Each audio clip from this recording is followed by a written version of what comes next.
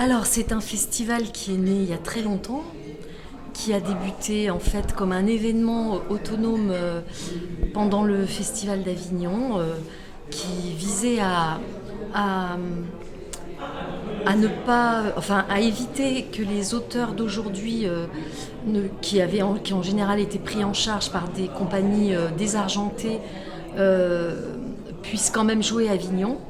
Donc on avait organisé ça, et puis ensuite il y a un élu de la ville de L'Isle-sur-la-Sorgue qui a vu l'événement au bout de quelques années et qui a dit moi je le veux comme festival dans ma ville. Et donc on a fait une dizaine, 10 éditions à L'Isle-sur-la-Sorgue, qui est à 15-20 km d'Avignon. Et puis au bout de 10 ans, on était déjà implanté à Bagneux, et donc on a décidé de proposer à la ville de reprendre ce festival. On a commencé ici en 2006, je crois, et donc très différent, puisque c'est un festival d'hiver, donc il y a beaucoup moins d'extérieur, etc.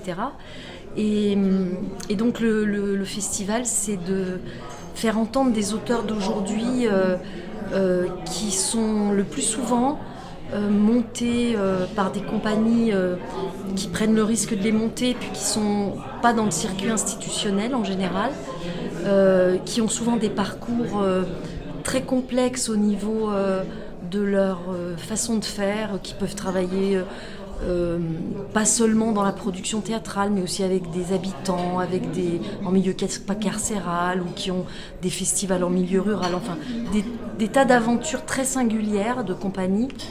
Et là, ce que je vois qui se dessine beaucoup aujourd'hui, c'est que ça permet aussi à des compagnies de province très intéressantes de jouer en région parisienne, en fait, à des conditions qui sont devenues très rares en région parisienne, et de faire découvrir au public de l'Île-de-France des gens qui n'ont pas beaucoup accès à ces compagnies-là, ou même pas du tout.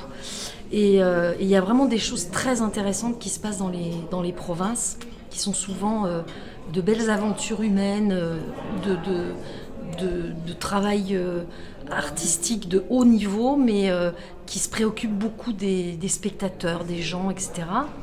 Et donc le festival de cette année est un peu un exemple de ça, particulièrement fort, on va dire.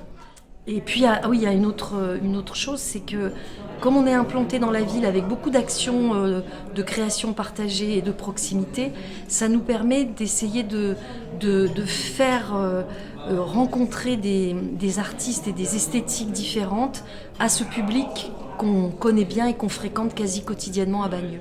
Allez, oust! On fulmine!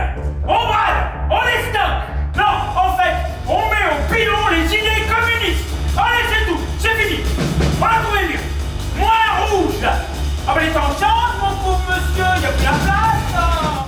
On a eu un très beau spectacle hier soir d'ouverture avec cette compagnie du Nord, Franche Connexion, qui a offert un spectacle sur la lutte, l'engagement politique à travers L'Oubli et son père, avec Stéphane Titelin, donc, qui en était l'auteur et l'interprète, beaucoup de musique, enfin très très beau spectacle qui a beaucoup touché dans cette ville qui est une ville très marquée à gauche et même communiste historiquement à Bagneux. Et donc il y a une très forte résonance et puis une très très belle qualité esthétique. Et ce soir, avec le grand jour, c'est plutôt l'aspect maternel qui va être mis en jeu. Il y a vraiment une forte chose sur la transmission et la mémoire cette année.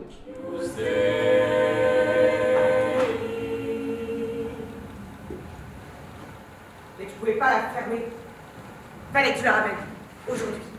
Fallait même qu'aujourd'hui tu déblatères, fallait que tu craches à la gueule d'un cadavre. Demain samedi soir, 8 février, nous avons donc Philippe Fertré, qui est surtout connu comme humoriste, bien sûr un humoriste très écrit, très raffiné, et qui fait son premier spectacle vraiment avec un texte qui n'est pas de lui, et qui est en fait un texte sur Albert Dadas, le fou voyageur, qui était un malade mental atteint de cette maladie qui pousse à marcher et qui donc livre un témoignage sur tous ses voyages de toute l'Europe, témoignage qu'il a livré à ses médecins et qui est donc mis en scène et joué par Philippe Fertret.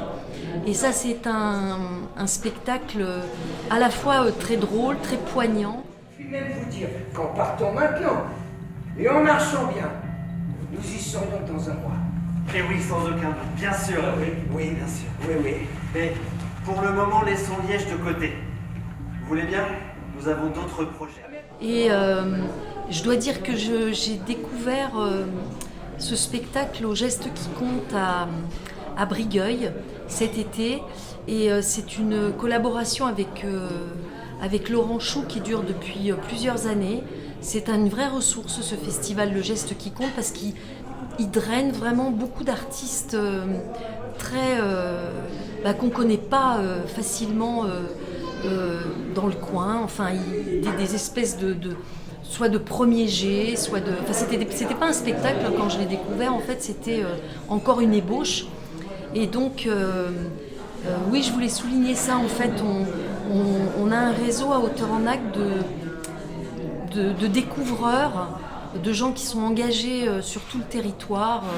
Là, c'est Laurent Chou, mais ça pourrait être aussi Bruno Boussagol avec La Nuit de l'Ours, aussi, où il y a eu beaucoup de rencontres, qui a été programmée plusieurs fois dans le festival.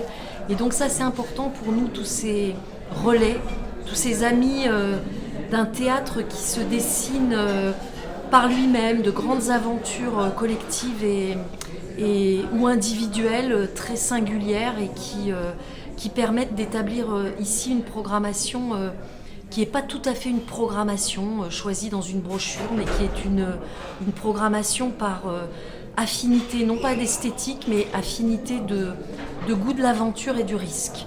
Voilà. La poésie est un voyage immobile.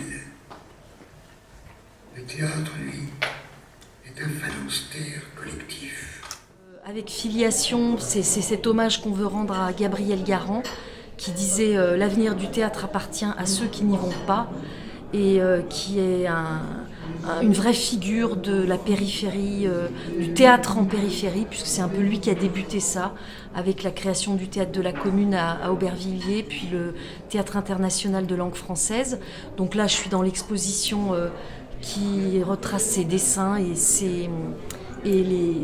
qui retrace ses poèmes et les dessins faits par Zoé Narcy autour de ces 50 poèmes de Gabriel Garand, qui sont un peu testamentaires, puisqu'il les a fait en 2017 et puis elle les a illustrés la même année.